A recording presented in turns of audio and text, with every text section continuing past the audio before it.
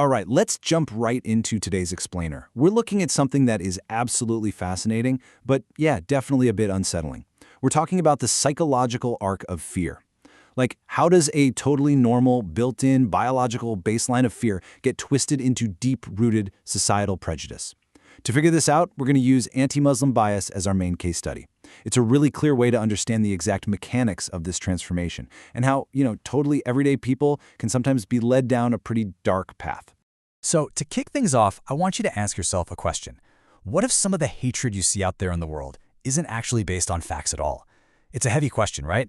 But it forces us to think about what literally happens inside our brains when we're hit with scary messages before the rational thinking part of our mind even has a second to catch up. Because, spoiler alert, when fear grabs the steering wheel, facts are pretty much left in the dust. Here's our roadmap for this explainer. We've got 5 stops: the biology of fear, erasing the individual, exploiting fear for power, when hate becomes habit, and finally, breaking the cycle. Basically, we're going to systematically break down exactly how fear is weaponized and, way more importantly, how you and I can actually stop it. Okay, part 1, the biology of fear. Let's see how all of this builds from a totally natural physical reaction that every single one of us shares. It all starts with biology.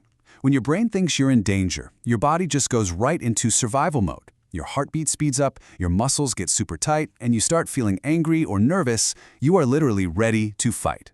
And here is the real issue we're facing today. This isn't just happening when you run into a physical threat, like a bear in the woods. When repeated headlines or viral social media posts make a group of people, like Muslims for example, sound threatening, our bodies actually prepare for a real-life emergency. This physical reaction completely takes over. It floods our system with adrenaline, and that literally shuts down the logical processing centers in the brain. So, clear, factual thinking, it becomes so much harder. In that state of pure panic, our fear just demands simple, immediate answers and totally shuts out any nuance. Moving on to Section 2, erasing the individual. Now we're going to look at how that biological vulnerability we just talked about gets totally hijacked by stereotypes. So, dehumanization is absolutely crucial to understand here. Basically, it means treating people like they are less human, less caring, or just less deserving than the rest of us.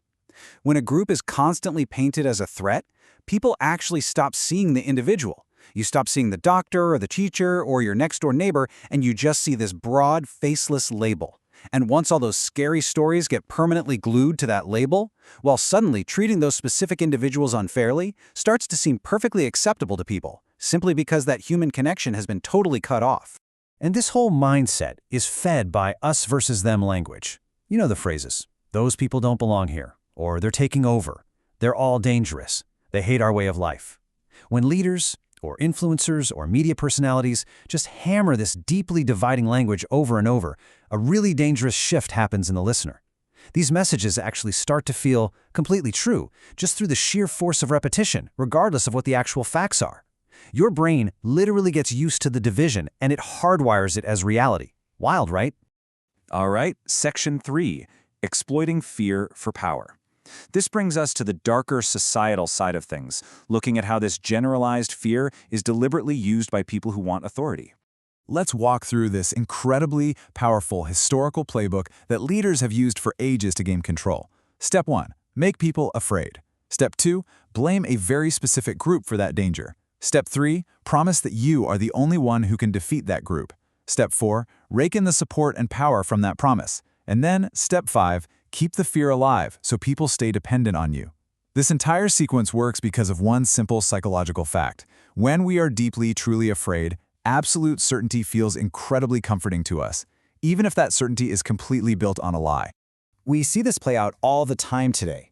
When politics becomes our core identity, our political groups basically become like sports teams. So if a leader we support makes a scary claim, our critical thinking just shifts gears.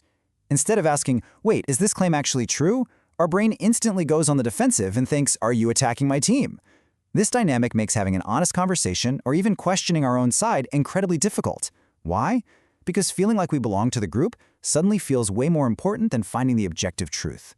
Which brings us to Section 4, when hate becomes habit. Let's look at how living in this constant state of fear and political manipulation actually rewires the human brain over time. It creates this really tragic cycle of mistrust. Just imagine a Muslim kid who is repeatedly unfairly targeted or called names at school.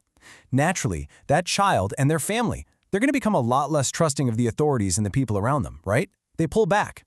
But here's where the trap completely closes. That very lack of trust is then treated by others as highly suspicious. It gets wrongly used as concrete proof to justify the original stereotype, and that just creates even more hatred and division. The prejudice essentially forces the defensive behavior and then uses that behavior to defend itself. It traps everybody in this awful self-fulfilling prophecy. This right here is the downward trajectory of repeated thoughts. Because, believe it or not, hatred is essentially a habit.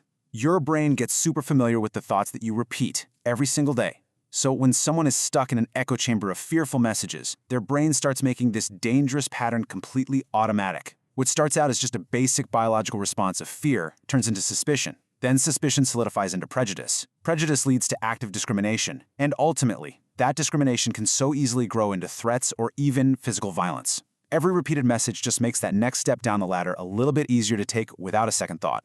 But, and this is a really crucial pivot, social norms can work in a positive direction too. Think about the phrase, hating an entire group is not acceptable here. When communities establish that as their baseline, things really change. Leaders, parents, teachers, everyday citizens, we all help decide what society considers acceptable. Communities have this immense, literal power to create a brand new rule, where cruel jokes, subtle insults, and outright prejudice are clearly and openly rejected right from the get-go. And that leads us perfectly into Section 5, breaking the cycle. Now that we've diagnosed exactly how this fear operates, let's get to the most empowering part of this explainer, how we can actually break the habit. So here's a crucial and honestly maybe a bit surprising point. When you're trying to change someone's mind, yelling, shaming, or just aggressively throwing facts at them almost always fails. It really does. Attacking someone's beliefs just makes them defensive. They just hold on to their preconceived notions even tighter. Actually, scratch that, it's more like they double down on them. Instead, it's stories and real human connections that reach people the best. Getting to know a neighbor or a classmate or a coworker as a unique individual completely dismantles the idea that their entire group is a threat. It actively rewires that automatic fear response in the brain by replacing a scary unknown label with a familiar, friendly face. All right, let's look at how we actually put this into practice to stop fear from turning into hate. First, we need to actively question frightening claims. Ask for the evidence, check the source. Second, force yourself to see people as individuals with unique lives, not just broad labels. Third, we've got to speak up when prejudice tries to disguise itself as just normal, everyday conversation. Fourth, genuinely listen to real stories with empathy. And above all else, notice when someone is trying to use your fear to control your vote, your wallet, or your mind. Because just like fear can be learned, empathy, courage, and critical thinking can be learned too. We absolutely have actionable ways to refuse to let manipulation control how we view other people. So we're going to leave you with this final, really powerful question to reflect on. What have you believed without questioning it? The struggle here isn't a left-wing or right-wing political thing. It's literally a struggle between fear and understanding. Because when we bravely examine what we've been taught and where our beliefs actually come from, we aren't just protecting targeted groups. We are protecting our own humanity. Thanks for joining me for this explainer.